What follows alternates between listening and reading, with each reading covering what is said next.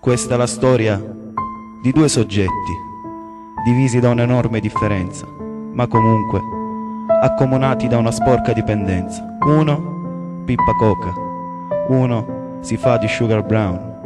Vi parlo delle loro attitudini sotto forma di funky underground. Con il riso che si fonde alla musica e al pentagramma, i due ci fanno ridere per evidenziare un dramma di quanto ci si goda ad imbottirsi di benestanza che ti arreca la sostanza di cui uomo è rimanenza. Non fidarti, fratello, purtroppo la droga è più forte di te.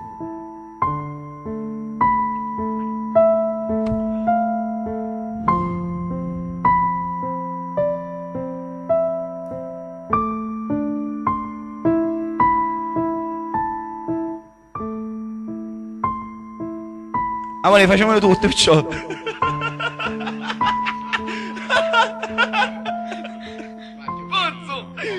Fatti un panino, non fatti una pena.